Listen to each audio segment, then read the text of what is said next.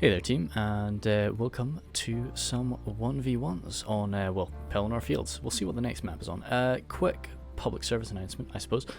I love to do 1v1s, I really do enjoy them, but as you can see it's generally pretty short, and I like to sort of keep my videos, or my Reforged videos anyway, on the slightly longer side, so you can sort of, sit down and watch it for a good while. And so I like to do two 1v1s. In a row when it comes to sort of 1v1 battles. So if you do want to send me a 1v1, try and pair them up. Now I didn't actually say that to MSQ, but because he actually sent this one around about mid-December, and it's sort of, I've just had it sitting on the back burner until I found another one. But luckily he sent me another one quite recently. Probably should have just mentioned, hey dude, yeah, I'll do this one when you send me another one, but I'll put that out there for the future now. So we have a Harad versus Isengard matchup here, which I think is quite interesting. It'll be quite interesting to see how these two evil factions battle it out. Both of them definitely do have quite a few numbers, but this will be one of the few moments where the men on the field will definitely outnumber the orcs. I suspect so. It's possible that Isengard has gone very horde heavy. Let's get through the army composition anyway, because I think we are getting near the end of the deployments phase. We've got some Haradrim spears up at the front, which would be expected. Some beast hunters behind them, so that'll be good. We'll open the engagement with some javelins coming down instead of sort of midway through. Mahud warriors lining up behind them, mixed in with some Mahud beast tamers there. Okay, let's zoom on down. So we are going pretty horde heavy with these very berserker tier units. Very tribal men. Then behind them, some Mahud berserkers, as I say. I don't think they're locked morale, but they are AP, which would be good to get through that tough plate of the Urukai. Over here, some black serpents.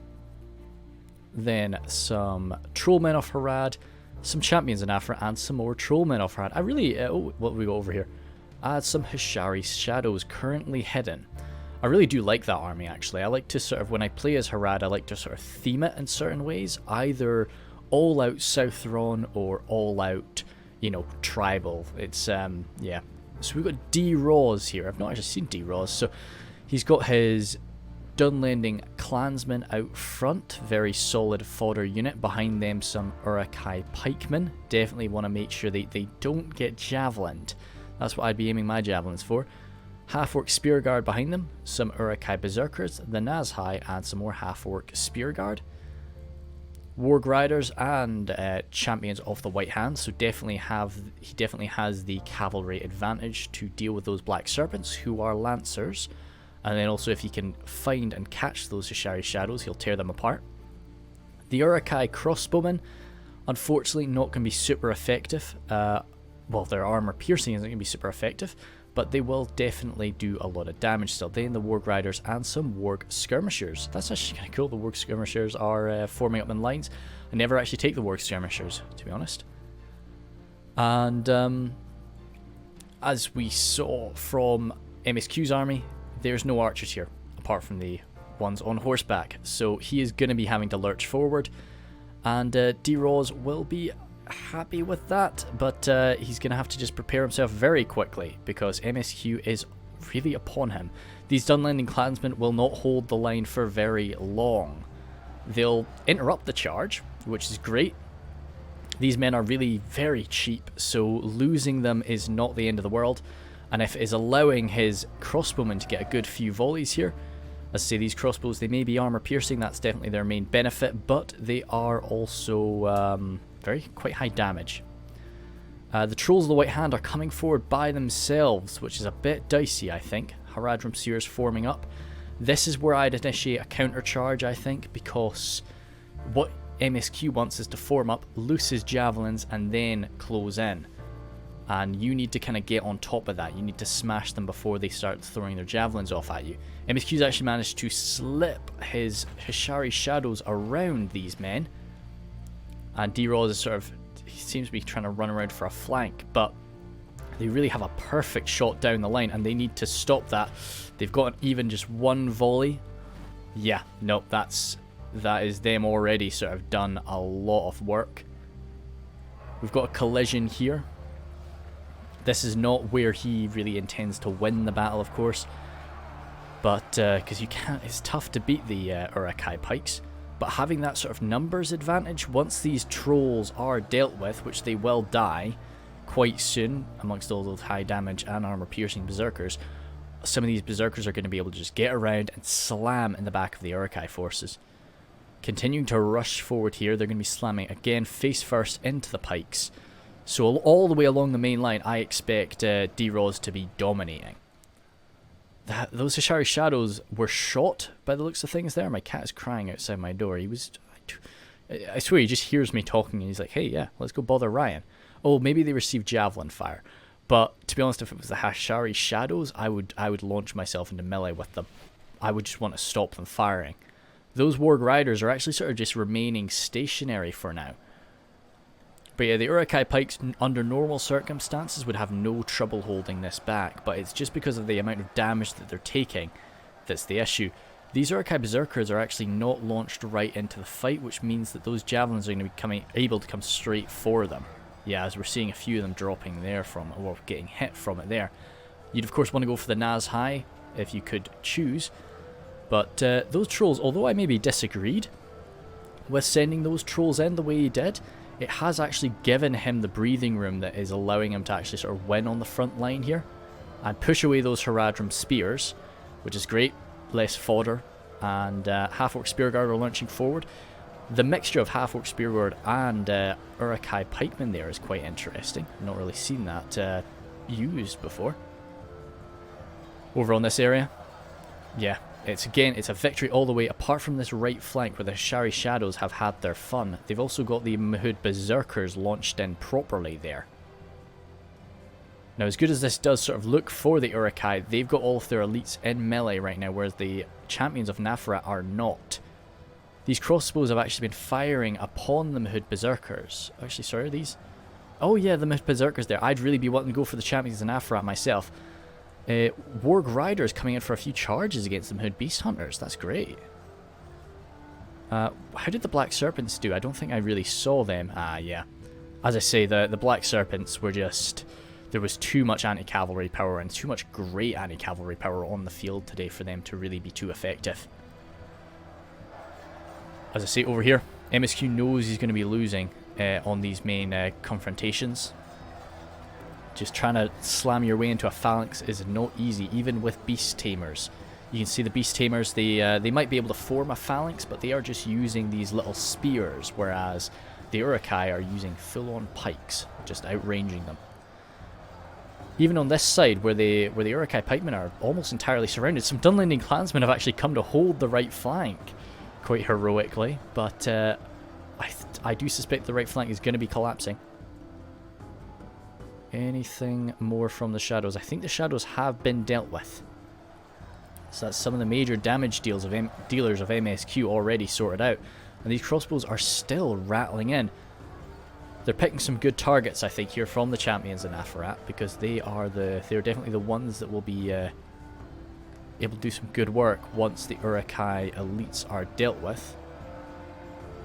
See, this is where I think the numbers and mobility of Harad is could be coming into better effect by sort of coming around and slamming into their backs or even their flanks. I know that these Mahud warriors on the front weren't going to last much longer, but still they would have lasted a little bit. Champions of Nafarat, probably for their own safety, are trying to launch their way into the front line. And, you know, a pikeman's a pikeman, but when you're facing... Oh my goodness, they just walked right through. They just strolled right on by, and the crossbows are out of ammunition now. That's Harad down to half. And the Uruk-hai are actually not. They have lost their trolls, though. Champions of the White Hand, an amazing... Well, they may not have a great charge, but amazing amount of damage that they can get off the charge, just because their damage is fantastic as standard. So the Mahud Beast Tamers are turning around to stab at them. I've got the cat scratching at my door. God damn it, Basil. I was hoping to just get him between battles, but I don't know. He's stopped, so maybe if he just relaxes for fuck's sake. Oi, oi, oi. Okay, okay. Cat is retrieved. So, Beast Tamers are coming back forward now. They may have used up the Beast Hunters may have used up their javelins, but they take out those little maces and they are AP. So, once this front line does collapse properly, oh gosh, when you look at it like that, that looks insane, doesn't it? Just these Harad men streaming through now, just using their overwhelming numbers. It'll be interesting to see the numbers of deployed forces. And this is a very unusual scenario for the wargs to be in, where they have the ability to just sort of charge in and out. And I think it's really going to come down to that, because Rhudaur's front line has held, but now that they're no longer getting the support from the crossbows, and Harad is coming around the flanks, it's not going to last long. They do still have the Berserkers, and I would expect some of the Naz High still on the front line, but it is going to be collapsing soon. So it's going to be down to, as I say, how well he can use his wargs. The great roar of a warg there. And how much good that can come from it. So lacking Spearmen there, MSQ is really just having to launch his Mahud warriors to countercharge these champions of the White Hand as they come in and out. And it's really the only choice that you have, you know. And slowly but surely, they'll start to deal with them. There's only 9 left. Actually, sorry, there are some Harad from Spears mixed in. Not great spearmen by any stretch, but they're still spearmen. These champions of Nafarat are able to start working their way down that line. And it looks like D-Roz has probably got these guys into guard mode. He's really just wanting to keep some semblance of a front line, but the front line is gone. It is now the time for individual skirmishes. And, you know, we've stopped, you know, sort of much more in the sense of how, say, Warhammer plays, I find. That is the Harad general killed there. And I would definitely say Harad is relying on their morale a bit more than, or relying on their general a little bit more than the Uruk-hai are, the more disciplined Uruk-hai. But, so that might hurt them quite a bit. But a lot of these Mahud Berserkers are going to be standing quite well. The Beast Tamers there with their spears are mincing their way through these Warg Skirmishers. And as much damage as those charges have done, I don't know if it's going to be enough. Because now MSQ is able to sort of free up his Beast Tamers, free up... so they're classified as heavy infantry. That was confusing, but they are spearmen and they do have an anti-cavalry bonus. So we're freeing up the Beast Tamers and we're able to sort of get them in to counter the Trolls now. Yeah, they really have taken control on the right. I know, Basil. You're going to get petted in 2 minutes, okay? Poor thing. It's the champions of Naf right here. I don't know what happened to the Naz High. I think they were just slowly but surely taken out. But the Berserkers are still standing, and the Berserkers will give the champions. If the champions of Nafarat have been injured quite badly, the Berserkers will mess them up. But, I know, poor thing. But, yeah, it's going to be pretty messy for the Berserkers as they have gone through the wars too. These wargs having to charge on in, Grud grabbing those Beast Tamers as they're routing. You can have as much of an anti-cavalry bonus as you want, you know, if you're not fighting me back. Just closing that in, it looks like the right flank has been won by the Uruk-hai and the left flank has been won by the Southrons. Saying that, these few pikemen are still standing. I'm really impressed with the morale. They're almost totally surrounded. They're split off from all of their friendly units. They don't have any morale buffing units around them. And they're still happily standing there. They're wavering now at 19 or 20, but still, that would be expected. I know. Goodness me. Oh, good. Yeah. Oh, right. I thought that was a death pose. I thought that was one of the nice sort of fancy standing death poses that you see sometimes. There's some scraps of his army still standing in the centre, just trying to deal with a few of these champions in Nafarat, who have actually lost quite a fair bit of their number, smashing through those pikes there. But they are wiping them out. A few crossbows here, of course, out of ammunition, trying to deal with a few remaining trollmen. The Uruk-hai Berserkers are, you know, very similar to the trollmen in some ways, but I really hope we do get a Champions v Berserkers little final duel in this. That would be quite pleasant to see. But MSQ is coming up after sort of tidying up his side of the battlefield a little bit faster than D. Roz has managed to tidy up his. So he's managed to organise himself and come forward as this wave right down where the front line used to be, to sort of slam into the backs of some of D. Roz's crossbowmen. I expect them to break immediately, or almost immediately. No, they've already stood longer than I expected them to. They've done well. But hopefully they can hold the line for just a few seconds while everything else sort of is able to turn around and the wargs are able to get around. We don't have that much left in the way of spearmen, pikes. As I say, a few of those beast tamers in the back, but the wargs will be very effective against this starting bunch here. It's actually quite tough to tell who is alive and who is dead right now. Just because we are fighting right on top of the corpses, right on top of these mounds of corpses. But the Berserkers there having a bit of trouble up against the Mahud Berserkers, actually. And the Champions of Nafarat haven't even launched themselves into the fight yet. The pikemen have managed to turn around, but only 19 of them. They will be able to poke their way through the Berserkers, but MSQ is... Oh, these poor guys are routing from the fight before they even really made contact. But MSQ is using... Oh, sorry about Discord. Cheaper's sake, we're just full of disturbances today. MSQ is able to sort of send a few of his units around, really making use of those overwhelming numbers. But the Champions of the White Hand remain, as do some of these Warg Riders. So it's really going to be down to how well Roz can micro those guys.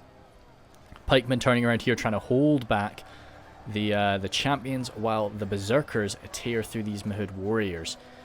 Berserkers, of course, really nice for that high damage AP, which is going to be going right on through these Mahud men, but still, it's important. The damage is what's important. Now, they've launched themselves pretty deep into that formation, the Champions of the White Hand there.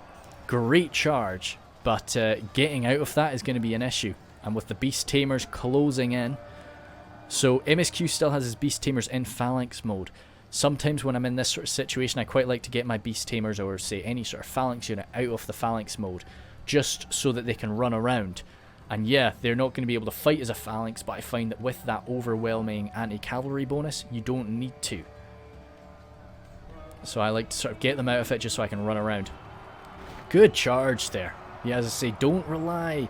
You know, don't just look at a unit of wargs or a unit of melee cavalry, so like the mercenary cavalry, and think, oh, they only have like a charge of 2. You know, don't be afraid of them. They can pull off nasty charges if you allow them to do so. Lister has taught me that frequently, unfortunately. Champions of Nafarat lowered down to 10 now. We are getting a bit of a battle between... Oh dear, Berserker taken out there. Yeah, we're getting a few bouts there, a little 2v1, 3v1 now. Champions of Nafarat are pretty good, but I don't think they can 3v1 Berserkers. Berserkers are starting to lower themselves down. They're down to 10 now, and there's still 10 Champions of Nafarat. I think it's just some very long sync kills going on. But is this mob of Beast Tamers? This is so yeah, you'd want them in Phalanx for this. Just slowly coming forward up against these good quality units. And just prodding them back, just outranging them. Don't let them use their skill against you. Even in melee, those Champions of the White Hand will do a lot of damage. Oh, good swing, Berserker. Just dropping that Champion of the White Hand. Only one of them left. I think that's his general, most likely. I always do struggle to tell the general for Isengard. I really should look at them sometime and just sort of work out how to point them out. Then only one man left there. And I think the champion in Nafarat is coming in to finish it off. I like there's sort of a little bit of a height difference there between the champion of Nafarat and the Mahud man next to him. Does make him look a bit more intimidating. Yeah, I wish we could zoom in just... Like, I wish we could lower ourselves down just a bit more to get a better view of that height. And what do we still have? I think it's just the general. The general is the one remaining man there, as we're at to 98% off their casualties. So, surely not. Have we got some more wargs over here? We've still got about 1,000 frames.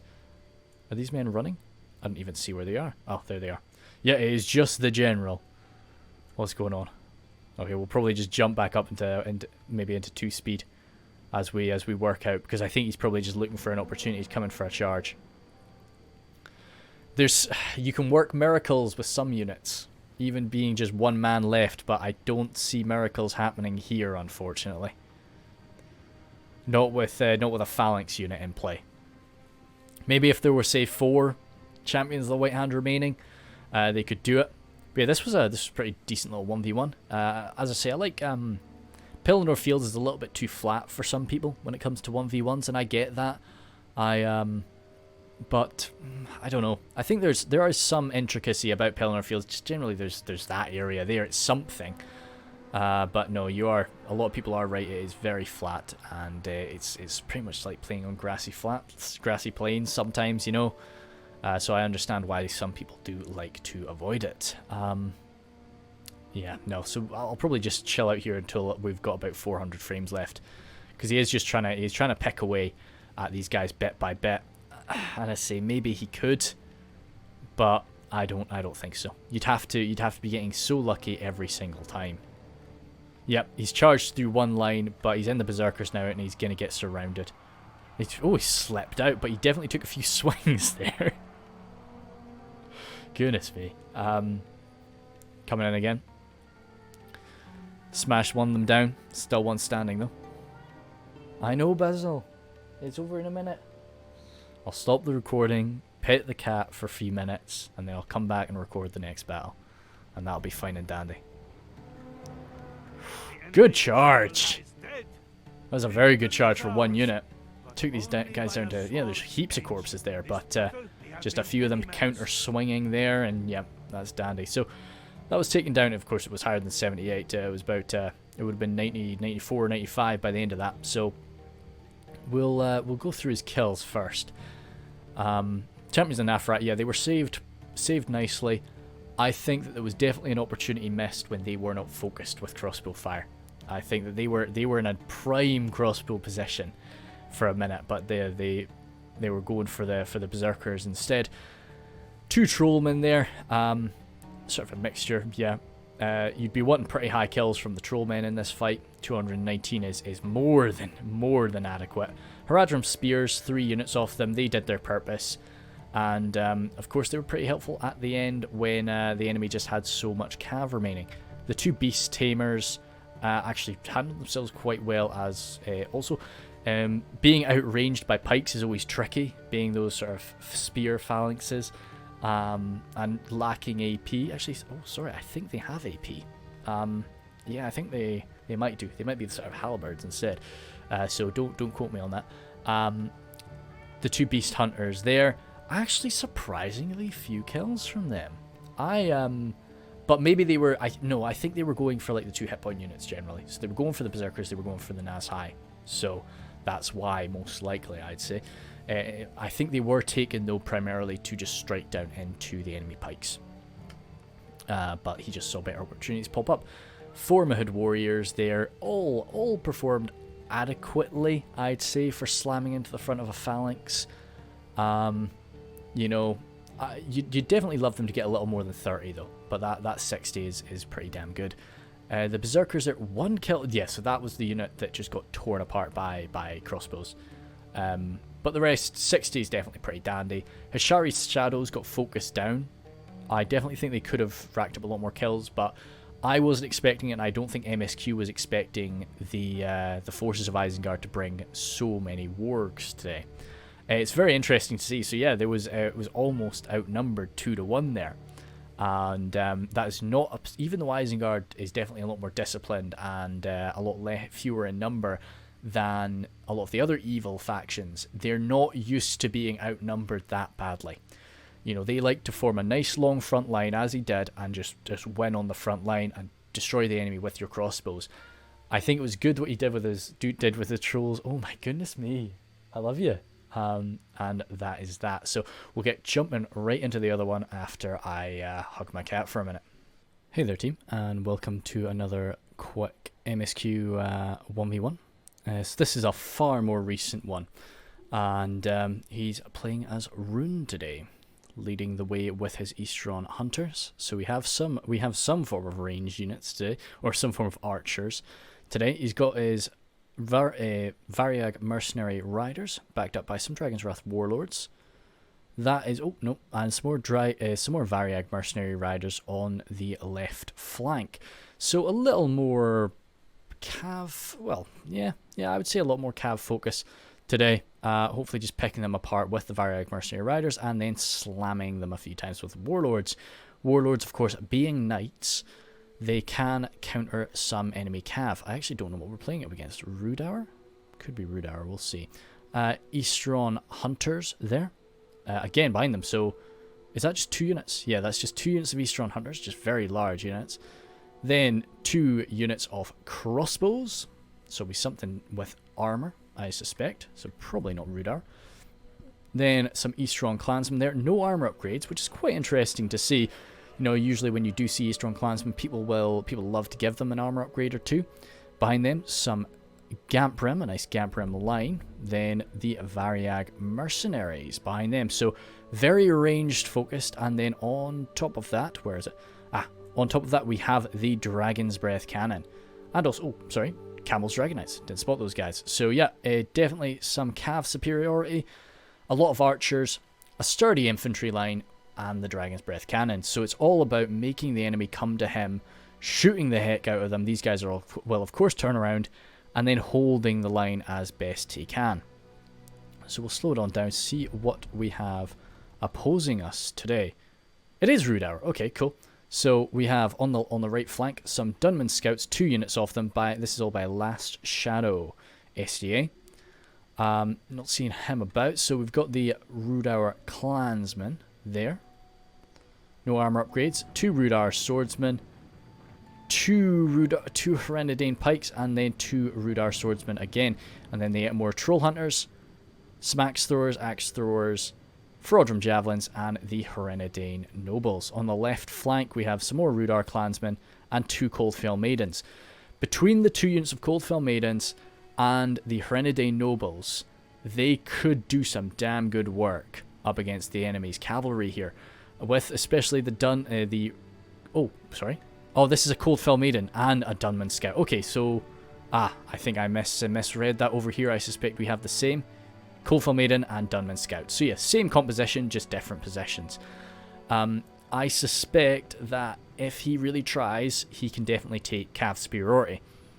We're going to have to just see how powerful this opening volley is from the Dragon's Breath cannon, and that really will decide a lot. Rhudaur, of course, can rush forward, which is what they're going to have to do here. Yeah. Where's that coming into? Oh, that's coming past here, bouncing. It's not hitting the mark. Next one.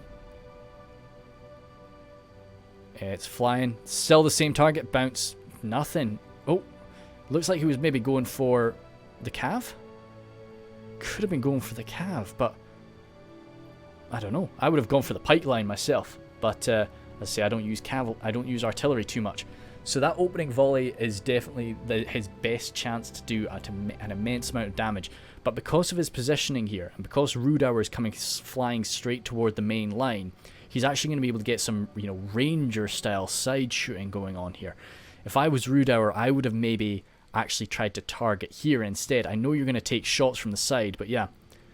Clansmen moving on up. The clansmen are competent spears, but we have talked a lot before about how a good unit of knights can deal with a cheaper unit of spears. And they're going to respond. They're going to do a fair bit of damage to this, but they've lost, almost half the unit there. So the Coldfell Maidens need to get in. Even the Dunman Scouts coming in for a quick armor-piercing charge there could be great. And already, he's only been in there for a very short amount of time, but he's already taking a fair whack of damage from those spears, no doubt. Over here, the Camel's Dragon Knights are getting a much safer charge into the Rhudaur Swordsmen. And, again, quite unlucky. Definitely going to be damaging to the morale of those Rhudaur Swordsmen. But 8 more Troll Hunters coming in for some Javelin fire into those Dragon Knights, which is great. We've really got a bit of a clump in the centre here, which is, it's the fear for the cannon. It's also a great target for the crossbows and the Variag Mercenaries once they get around. The issue here is I really felt Shadow had the, Last Shadow, he really had the power to push, to win all along the line. So I would have wanted a nice long formation, but he's already breached that. So instead of that, he's really going for a clump and just pushing all the way through. His Coalfell Maidens are getting around here. Now they can be loosing their javelins off at the Gamp Rim. Right now a few of them are just hitting these strong crossbows, which is just a bit of a waste. You'd really be wanting to go for something a bit more important. Of course, their javelins are really built to deal with the enemy cavalry. Rhudaur clansmen managed to catch them here. I would have grabbed all of my cavalry and gone hard for that cannon, because that cannon is preparing itself to shoot the blob, and one good blob shot, the game's over. And you have... Oh, frumph. Oh, okay. Bloody, very bloody. But those were axe throwers taken out. Oh, God. Yeah, they're routing. Yeah. Oh, dear. This would be painful, but could have been worse. Could have been a lot worse in my mind. Clansmen coming up forward. It's clansman versus clansman. So, believe it or not, my money's probably on these strong clansmen here. Oh, wait, they're so badly outnumbered. Once the Gamp Ring gets in, yeah, this will be an easy win. But the Rhudaur clansmen, of course, being spearmen. Coalfell Maidens coming in for what looks like a charge here. We did see in the last battle how melee cavalry can be quite effective in that, but what I would really, in this sort of situation, you've got total freedom. You've got the stakes there, which is an issue, but this is really Last Shadow. I think his priorities are kind of off right now. He's trying to win this melee engagement. It doesn't matter if you win here if you're going to get blasted by the Dragon's Breath cannon. You need to shut that weapon down. And he's got units that are free to charge that. I know I'm very, very emotive right now, Basil. Sometimes when he whines, it doesn't come through too well on the mic. It takes him sort of yelling out a bit. Coalfell Maidens here. As I say, he's got so much cav around. You know, he could just be making a push. Good! The Rhudaur clansmen have locked down this Dragon's Breath cannon. And that's definitely going to help it out. The Gamp Rim have kind of managed to turn around, but it's just sort of being a pain for them.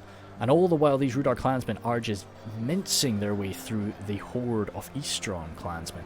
Harad nobles waiting here, standing by.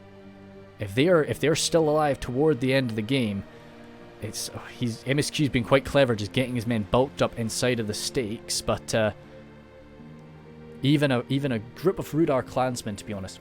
Harad nobles. A group of Harad nobles walking into a force like that. This is a good charge, though. Dubman Scouts actually used to be my favourite unit of cavalry in the game. Very cheap, nice, sizable unit, armour-piercing charge, very quick, very nimble, yeah.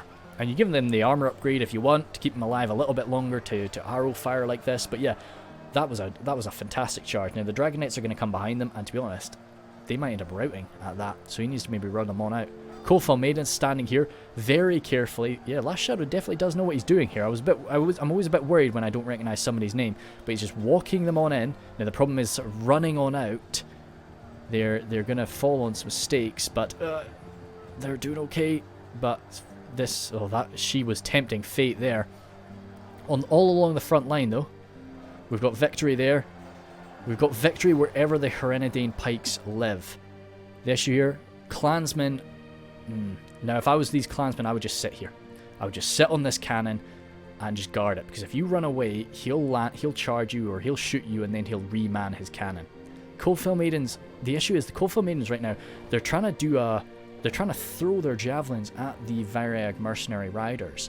When in reality, I'd be wanting to chase the Variag mercenary riders. I'd be wanting to get them in melee and throwing javelins at them as I chase them around the map. Because right now, you're losing this fight. And the Dragon's Wrath Warlords are going to come and shut you down. 8 more Troll Hunters standing by, out of ammunition.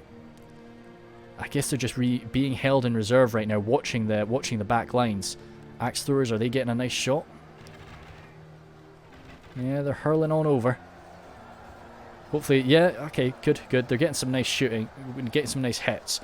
Just as long as you're not getting too much friendly fire, it's good. Harad nobles here. Yeah, you see, these guys have all died from the stakes. I personally just wouldn't target this. I would just leave them. I know you're just going to be, it's going to be a pain in the ass to take these shots, but when you have the crossbows there, I would be coming into the crossbows, or I'd just be remaining in reserve, because he's just lost too much cav trying to deal with those guys. And this is a situation here where I'd get the Dunman scouts for one quick charge into the back of those Gamp Rim. You know, 8 more Troll Hunters there. They've still got their ammunition, which is great to see right now. Receiving crossbow fire, no doubt. Probably the only heavily armoured Rhudaur men that can be worthwhile a crossbow shot. Herenidine pikemen there, kind of just mopping up. You don't want to let the Herenidine pikes get held in place for too long, because they might be yeah, they're definitely getting shot at right now. I'd be wanting the Herenidine pikes to be launching themselves probably into this right flank, because the Gamprim are having victory over here. That is not being guarded, and the issue is the Dragon's Breath cannon crew are now running back toward their cannon. The Emor Troll Hunters need to be locking it down, but they're seeing a chance to flank around the back. Oh, I don't know about that. I know they want to shut down the Variag mercenaries. It's too risky for me. The amount of damage that cannon can do. And all the while, this cavalry force is victorious. Frodrum javelins, they've still got all their javelins, and they're fantastic in a fight. They've got an anti-cavalry bonus and everything. Gambrim here. 8 more Troll Hunters kind of just sort of slamming themselves in. They look like they're in guard mode. They need to get off guard mode and throw themselves on in entirely, so that they're just sort of overwhelming this force. Dunman Scouts did what I actually sort of was thinking would be a good idea. Didn't work out for them. That's too bad. Sorry about that. And it does look like the left flank is being victorious. Right now, the only place that MSQ is having some real difficulty is in the centre. These men can't have much ammunition left. Good axe throw. Right into the back of those Gamp Rim. So the right flank is going okay for him too as well, due to those axes, but that might not last long. And especially now that these Dragon's Breath crew have remanned their cannon. And Last Shadow has moved away from that cannon to go and attack the front line. As I say, these 28 men should have been guarding this in my mind. Axe throwing. You can go right for the front line if you want. Yeah, but as I say, no, definitely this is much better. Right into their backs. They might have armor, but who cares? Yeah. These Frodrum javelins, as I say, they're 2 hit points. They're so important in melee and with their javelins. They're fear-causing everything. So yeah, I'm sure he's kicking himself now, but you've still got these men. They can still go off and shut it down, but I think the time for that is over. These Herenidine pikes, this is the issue with guard mode. You know, they're only a few of them are actually fighting this force. You know, you need to get launched on in, I think.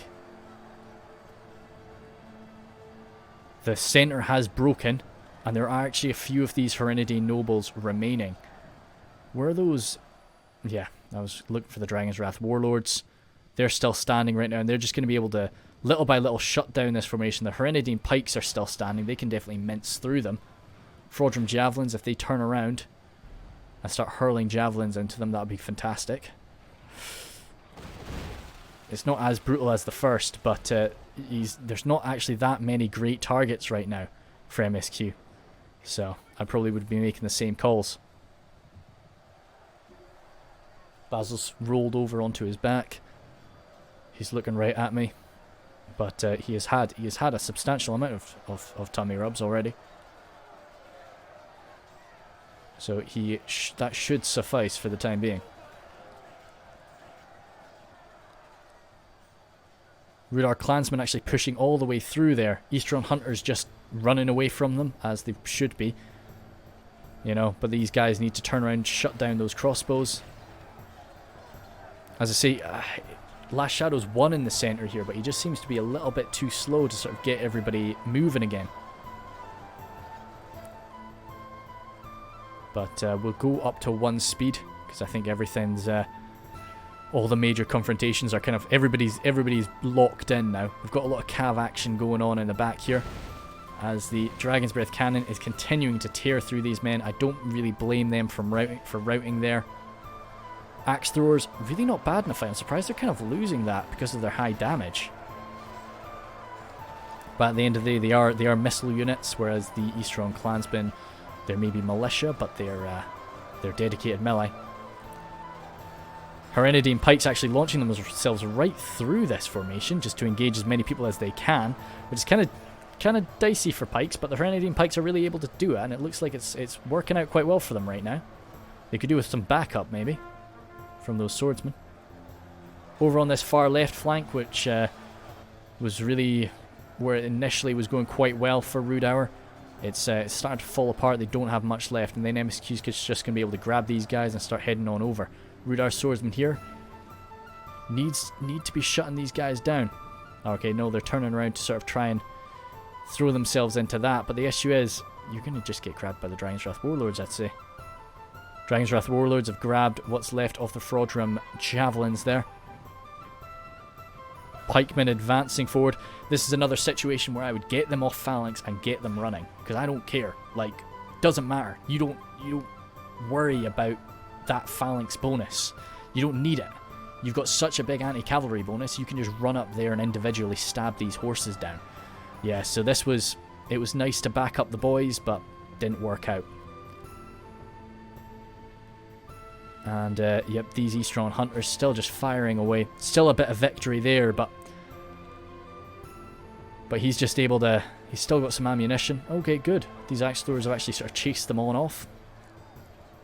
And they're ripping through some guys.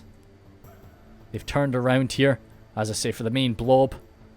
Rhudaur can't really spread about too much, because the issue is if he spreads about too much, he just gives the Dragon's Wrath Warlords full cause to do what they want. I think there's still a fair bit of ammunition left with that. It wasn't firing for oh dear, they're routing from that? Damn. Rhudaur swordsmen coming in. If they make contact, they'll tear some people apart for sure. Eastron hunters do a lot of damage to them. I think they're getting shot from all over the place. Yeah. No, it's spread out now, and everybody's just sort of getting shot to pieces. So we'll probably just settle ourselves here and speed it on up.